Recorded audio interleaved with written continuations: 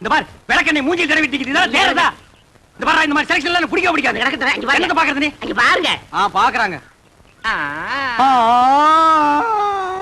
காசெல்லாம் ஒண்ணும் வேணாம், சும்மாவே. நீங்க சும்மா செஞ்சுட்டாலும் நாங்க அப்படியே அசந்து அழுத்து தான் போயிருவோம். இங்க இருக்கிற நெல்லெல்லாம் வீணா போயிருவோம். வேலை வேணாம் போ.